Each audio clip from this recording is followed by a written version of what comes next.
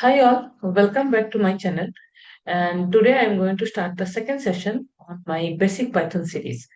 So hope you remember on the first session we have discussed about the very basic concepts of programming language, compiler, interpreter, and the very basics of Python. Now today I'm going to show you the software installation of Python. So my today's agenda will be: first, I will tell you about the Python versions. Then I will show you how to download the Python. Then different ideas of Python we will discuss.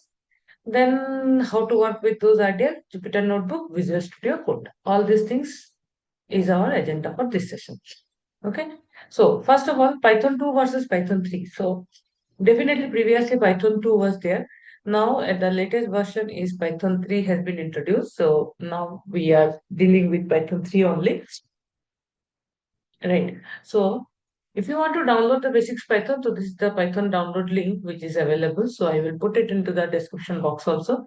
No need to worry. So the latest versions of Python you can download from this link. So let me show you also. So if I copy this, paste it here. So this is the latest version which is available. So you can download from here, and just a normal installation you can do. Download, it will take some time to download. It will be saved into your download folder. Then from there you can do a normal installation. So I'm not doing it. You people can do it by your own. It's very simple installation. I'm not doing it because it has already downloaded and installed into my machine. So after download and installation is complete, how it looks like is if you type in your search box just normal Python. So you will get this one, right? So here you can write the Python code, whatever you want to do. Sorry, it's a string, so you have to give the double quote. So you'll get the answer, or anything you can go for it like this, right? So this is the window which is visible while you are doing the Python, and this is the shell script mode where you are directly writing the codes, you are getting the answer also. But in this, there is one more option available. In this, there is one more option available which is called idle. Idle is a see this one new file. If you go to file, you will get something called new file. IDLE is the by default IDE. IDE is interactive development environment. So interactive development environment means where it's an environment where we are writing our code and it will be compiled, debug, and we will get the output. This is what IDE means. So Python is giving you one by default IDE, which is idle. In this idle, you can write your Python code, you can save it, run it, compile it, then run it, and you will get the output. No need of typing and getting into the same window only, which just now I shown you. That is the interactive mode. This is the ideal. That one previous one is the interactive mode, and this one is the uh, IDE. So in IDE, you have to write the Python code. For example, print what we are writing, why we are writing, everything we will discuss more today. I'm just only showing you how to work with the software. So suppose something I have written, you have to save it, save somewhere. Anywhere you can save with some name, test or something. And from here you can run it. Run module. You will get the answer here. See, right? So this is how you can work with ideal, which is the default IDE for Python. Right? So this is how we can work on. So next coming to, so other than this Python default IDE, which is idle, we have many other IDEs available in the market.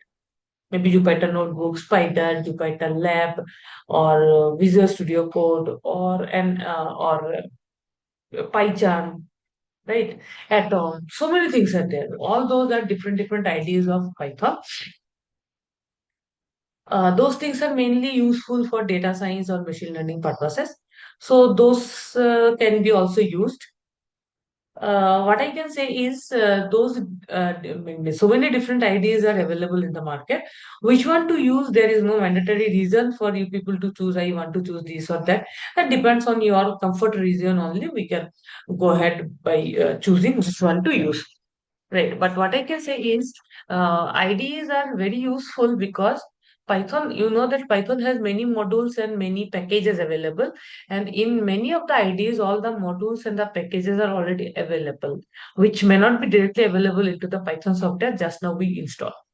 Right. So in this software just now we install, in this software we have to install all the packages in the module of Python. But in these top IDs which are available in the market nowadays, you can get all those modules pre-installed. So that's why maybe these IDs are very much useful in the market. Among these also, there is one very common environment available for Python, which is called Anaconda. It's an open source environment, mainly used for Python data science, machine learning, those purposes. And in Anaconda, actually, almost 250 pre-installed packages are available. So that's why many peoples in many industries are using this Anaconda environment nowadays. Right. Mainly, I can say for data science and the machine learning purposes. So this also you have to install, sorry, download and install. So this is the link. Again, I'm telling I will give this links into the description. So you can check those. So just copy this.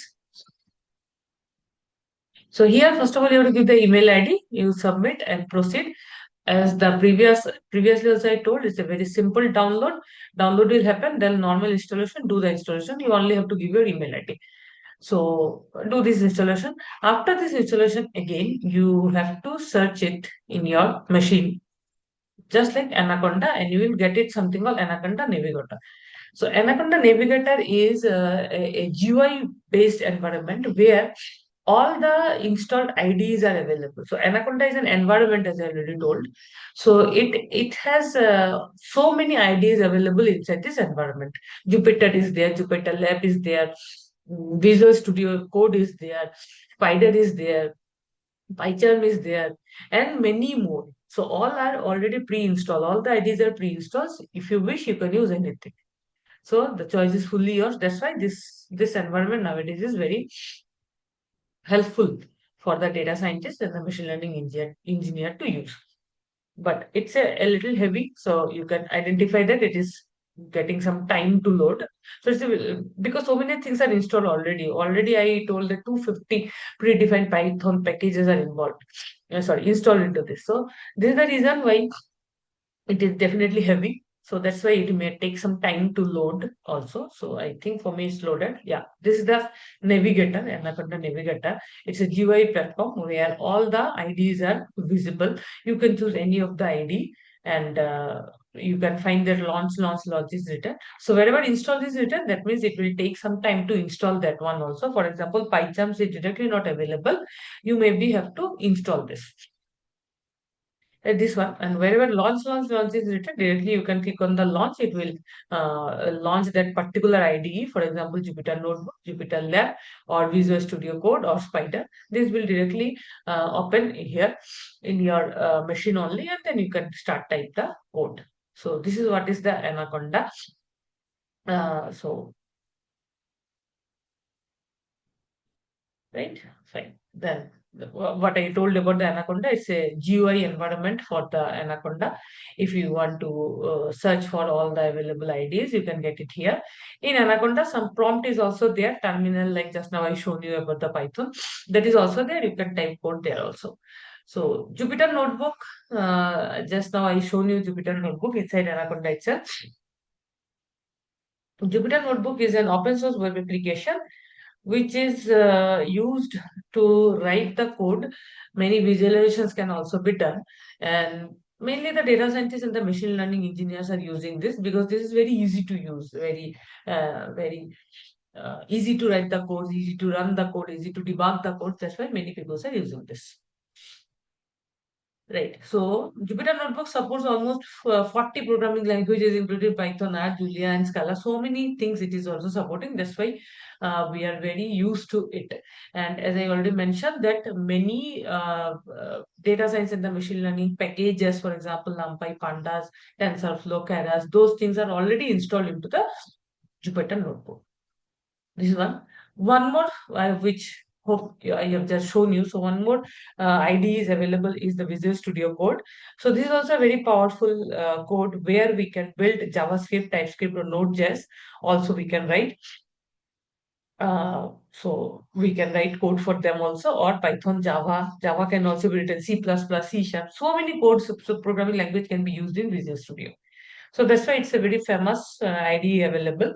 So here also in Anaconda, Visual Studio is already installed. But if you want to install separately, this links is also been given. But I don't think it is needed because inside the Anaconda, it is already there.